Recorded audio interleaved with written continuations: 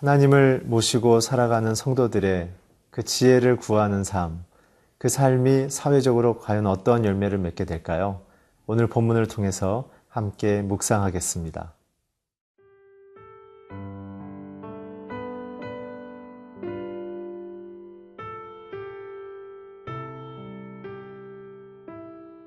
잠언 13장 12절에서 25절 말씀입니다. 소망이 더디 이루어지면 그것이 마음을 상하게 하거니와 소원이 이루어지는 것은 곧 생명나무니라. 말씀을 멸시하는 자는 자기에게 패망을 이루고 계명을 두려워하는 자는 상을 받느니라. 지혜 있는 자의 교훈은 생명의 샘이니 사망의 그물에서 벗어나게 하느니라. 선한 지혜는 은혜를 베푸나 사악한 자의 길은 험하니라. 무릇 슬기로운 자는 지식으로 행하거니와 미련한 자는 자기의 미련한 것을 나타내느니라. 악한 사자는 재앙에 빠져도 충성된 사신은 양약이 되느니라. 훈계를 저버리는 자에게는 궁핍과 수욕이 이르거니와 경계를 받는 자는 존영을 받느니라. 소원을 성취하면 마음에 달아도 미련한 자는 악에서 떠나기를 싫어하느니라. 지혜로운 자와 동행하면 지혜를 얻고 미련한 자와 사귀면 해를 받느니라. 재앙은 죄인을 따르고 선한 보응은 의인에게 이르느니라. 선인은 그 산업을 자자손손에게 끼쳐도 죄인의 재물은 의인을 위하여 쌓이느니라. 가난한 자는 밭을 경작함으로 양식이 많아지거니와 불의로 말미암아 가산을 탕진하는 자가 있느니라. 매를 아끼는 자는 그의 자식을 미워함이라. 자식을 사랑하는 자는 근실이 징계하느니라. 의인은 포식하여도 악인의 배는 줄이느니라. 하나님과 함께 이 땅을 살아가는 저와 여러분의 인생 속에 날마다 승리와 기쁨의 은혜의 인생이 되기를 주의 이름으로 축복합니다. 그것이 바로 하나님의 마음입니다. 우리가 세상 가운데 하나님의 자녀들로서 성공하며 영광을 받는 삶, 그래서 구원자 예수 그리스도가 드러나며 증거되는 삶, 그것이 바로 하나님의 우리를 바라는 꿈이십니다. 오늘 특별히 12절을 같이 읽겠습니다. 소망이 더디 이루어지면 그것이 마음을 상하게 하거니와 소원이 이루어지는 것은 곧 생명나무니라. 오늘 소망이 더디 이루어지면 우리의 심령이 상한다고 얘기했고 소원이 이루어지는 것이 생명나무라고 이야기했습니다. 우리가 소원이 더디 이루어질 때 왜 마음이 상할까요? 그것은 바로 우리의 스케줄대로 하나님이 일하기를 기대하고 있기 때문에 그렇습니다. 그러나 오늘 잠언에서 말하고 있는 지혜자들, 하나님만을 높이며 따르는 자들의 특징은 모든 권위, 곧 내 인생의 결정권과 그리고 그 시기, 때를 하나님의 선하심에 온전히 맡길 때 그들은 진정한 하나님 앞에서의 성공과 자유를 경험하게 되어집니다.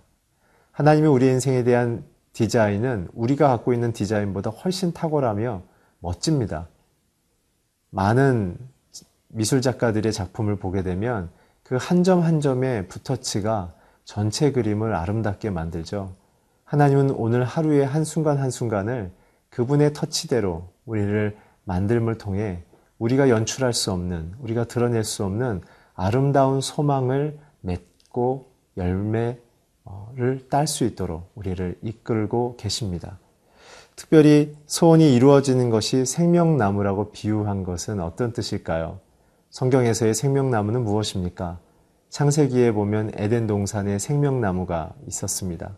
그 생명나무의 메시지는 두 가지입니다. 하나님이 모든 것의 창조주 되신다.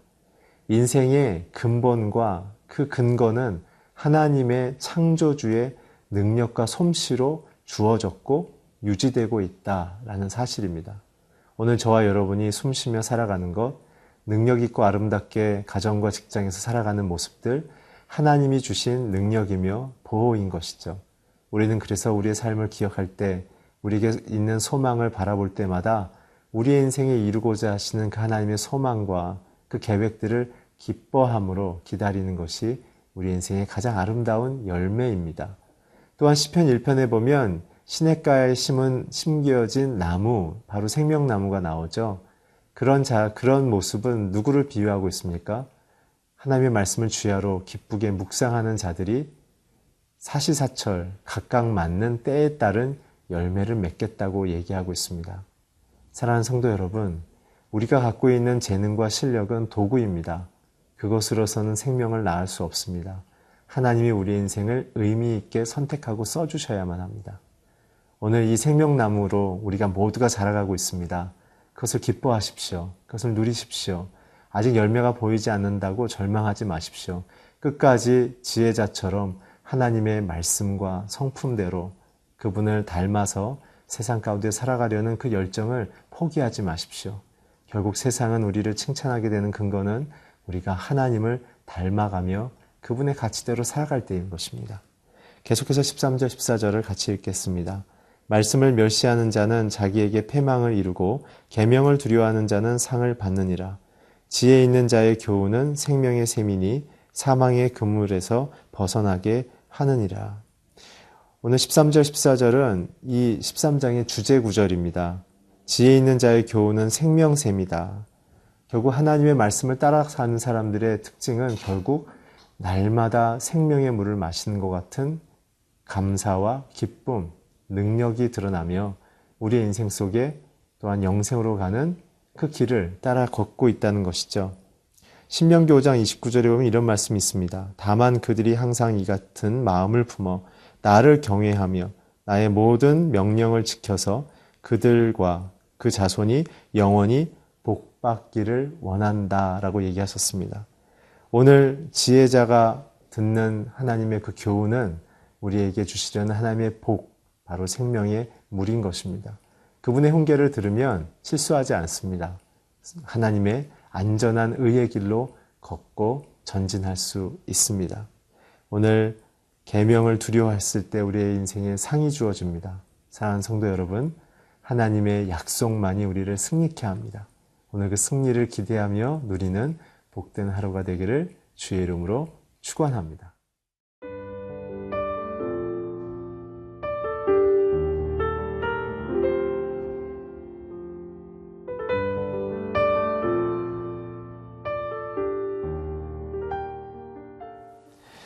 생명의 샘에서 물을 기르는 자들, 생명나무와 같은 자들, 그것이 바로 하나님을 경외하는 자들의 모습이라고 성경은 말씀하셨습니다. 자, 그렇다면 우리가 어떻게 그런 자들로 살아갈 수 있을까요? 바로 18절의 말씀입니다. 훈계를 저버리는 자에게는 궁핍과 수욕이 이르거니와 경계를 받는 자는 존영을 받느니라. 신앙의 목표는 완벽함이 아닙니다. 신앙의 목표는 죄인된 우리 자신을 고백하고 하나님의 도움으로 그리스도의 제자로 살아가는 것이죠. 그래서 경외함의 내용은 두 가지라고 말씀드렸습니다. 첫 번째는 하나님의 거룩하신 본성을 따라 죄의 본성을 버리고 죄를 미워하는 마음을 갖는 것, 그것이 거룩의 첫 번째, 경외함의 첫 번째였고, 두 번째는 하나님의 성품과 그분의 삶에 주어주신 목적을 따라 사는 것, 그것이 바로 경외함이라고 말씀드렸습니다. 그렇기 때문에 우리는 날마다 우리의 삶이 공사 중이어야 합니다. 우리의 본성을 따라 살았던 저와 여러분의 삶의 태도와 가치관과 언어와 행동 방식들이 날마다 공사 중이라는 표지판을 붙이고 하나님의 그 아름다운 성품과 뜻을 쫓아 살아가도록 우리 자신을 날마다 수정하는 것, 그것이 바로 오늘 본문에 나와 있는 경계를 받는 자라는 뜻입니다. 그랬을 때 하나님은 우리를 영화롭게 하신다는 것입니다. 결론이 아니라 동기인 것이죠. 그리고 열매인 것입니다.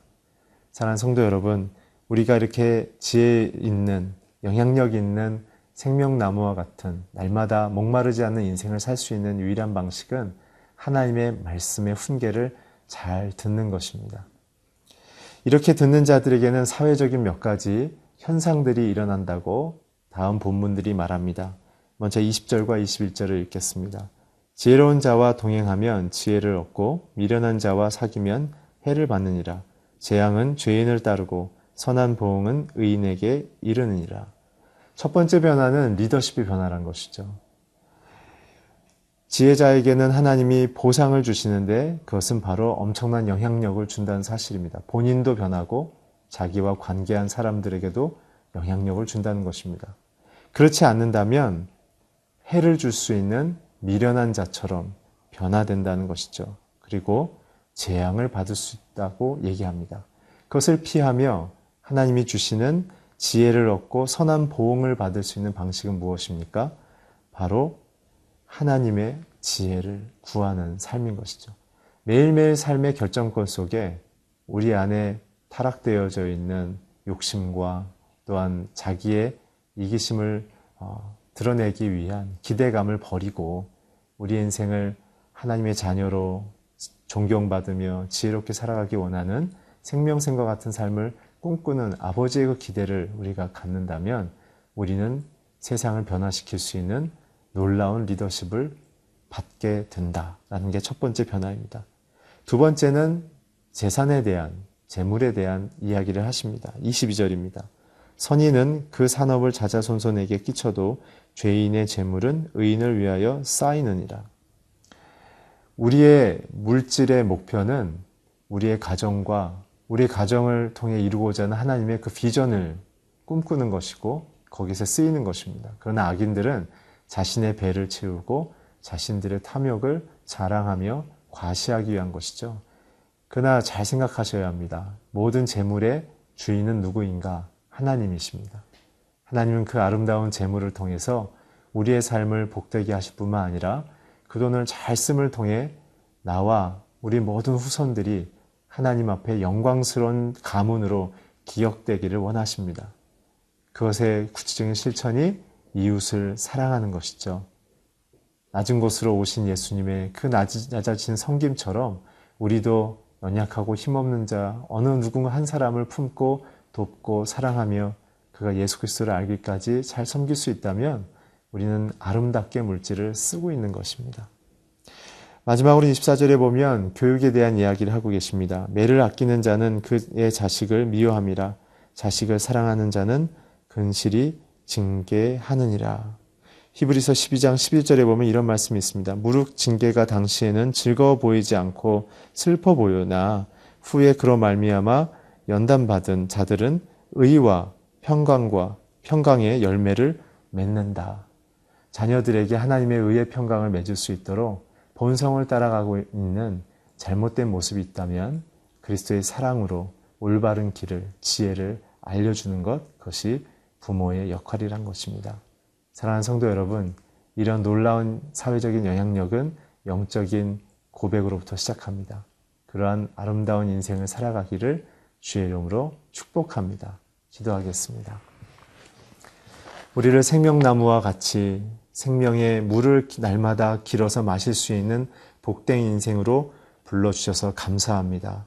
우리가 영향력을 미치는 하나님의 지혜자로 우리에게 주신 재물을 통하여 가정과 자녀들이 복을 누리는 귀한 가정의 리더로 세워 주시옵소서. 감사하며 예수 그리스도 이름으로 기도했습니다. 아멘.